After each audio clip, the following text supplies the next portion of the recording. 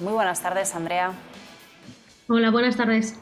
Bueno, Andrea, un placer tenerte de nuevo en el programa. Hoy hablamos de inversión sostenible también, pero en este caso, bueno, pues ponemos el foco en las pymes, ¿no? En ese Día Internacional que celebrábamos ayer y, bueno, con motivo de ello, habéis hecho un coloquio, una especie de radiografía de las pymes, de cuáles son los retos, el estado actual, las necesidades de financiación. Enseguida te pregunto por algunas claves, pero cuéntame en principio, bueno, pues cuáles han sido las principales conclusiones, ¿no? dentro de este debate que habéis hecho. Las principales conclusiones es que las pymes tienen un peso muy importante en muchas economías europeas y que es necesario dotarles de herramientas para incluirse en toda la recuperación sostenible, de manera que podamos canalizar capitales con criterios ASG también hacia ellas, ¿no?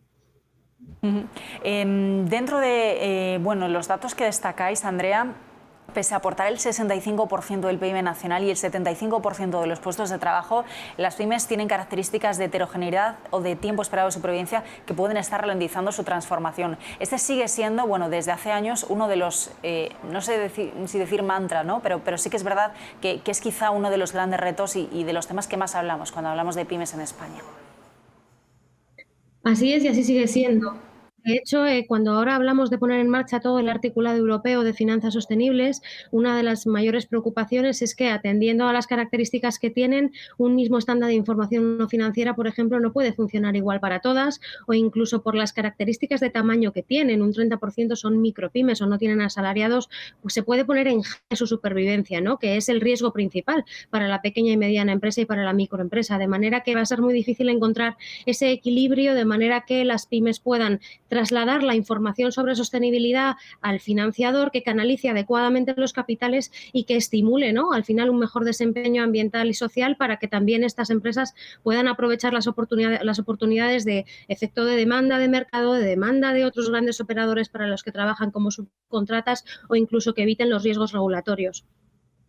¿Qué capacidad de atracción veis en este momento, sobre todo ligado a los planes de recuperación y los fondos europeos? ¿Qué capacidad de atracción veis, bueno, pues de estos grandes proyectos y fondos y también bueno, pues de la propia actividad de las grandes empresas de cara a las pymes? La semana pasada estaba en Santander en las jornadas de la PIE y de la UIMP y bueno, pues se preguntaba a Iberdrola, que fue una de las empresas ponentes de los proyectos que había presentado, ¿no?, de cara a esos fondos europeos, cuántos de esos proyectos los haría a través de pymes españolas. En este caso, bueno, pues decía Iberdrola que todos los proyectos iban de la mano de pymes. Entonces, bueno, pues ¿qué expectativas podemos tener? Era solo un ejemplo, pero me imagino que hay varios.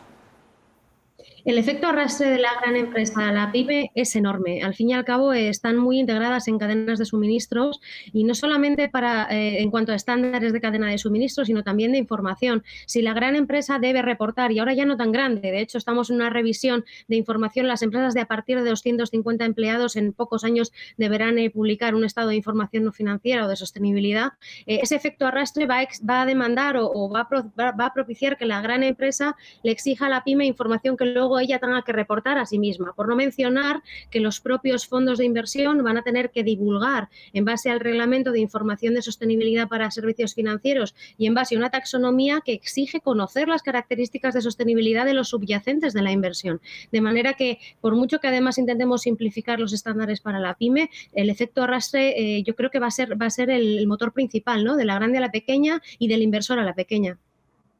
¿Qué capacidad tienen ahora mismo las pequeñas y medianas empresas en España de atraer inversión y, bueno, pues de estar vinculada a este caudal, ¿no?, de inversión con criterios ESG del que tanto hablamos, que quizá, no sé, dímelo tú, pero que quizá sí que se va mucho más hacia las empresas más conocidas, las que tienen más capacidad? ¿De qué manera, bueno, pues se está dirigiendo ese caudal inversor ligado a la ESG hacia las pymes y de qué manera pueden las pymes atraer esa financiación? Las pymes ahora mismo, yo diría que a la hora de atraer financiación sostenible se pueden categorizar en dos grupos: las pymes de impacto y las pymes tradicionales o con un modelo de negocio convencional.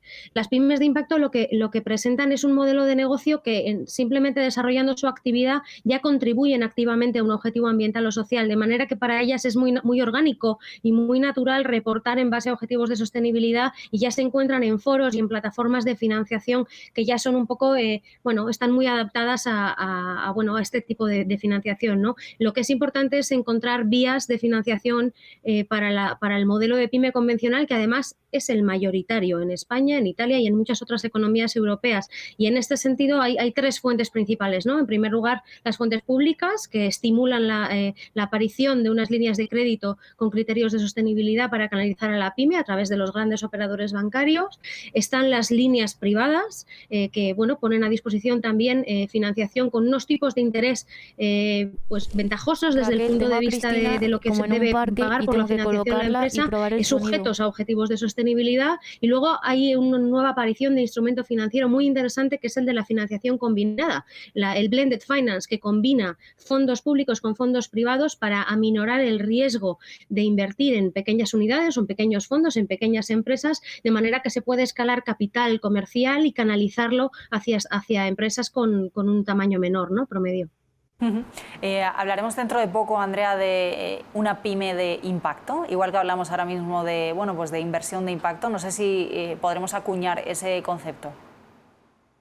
Es posible. Sí que es cierto que estaba muy vinculado a lo que entendemos como una empresa social, ¿no? Cuyo objetivo o cuyo, ya no hablamos de misión, hablamos incluso del propósito de la empresa, es generar un impacto positivo alrededor. Si nos vamos a centrar en la pyme de impacto como modelo, corremos el riesgo a lo mejor de dejar de lado a la pyme con un modelo de negocio convencional que, como decía, es la mayoritaria, ¿no? Pero sí es posible que algunas plataformas de crowdlending, crowdfunding, estén ya más orientadas a estas empresas en las que por el mero desarrollo de la actividad ya se cuantifica y ya además es intencional alcanzar esos impactos de sostenibilidad, de manera que conceder esa financiación es mucho más sencillo y para esas empresas no supone un sobrecoste integrarse en el paradigma de sostenibilidad, de manera que no es algo que amenace su supervivencia, sino que todo lo contrario. Yo sí imagino un futuro tejido empresarial donde sí nazcan más pymes con un propósito de impacto de sostenibilidad, pero tenemos que poner muy bien el foco ahora en estos próximos años en ser capaces de acompañar y transformar a la pyme convencional. Pues vamos a ver qué sucede. Andrea González, su directora de SpainShift, muchísimas gracias por acompañarnos, como siempre. Buenas tardes. Gracias.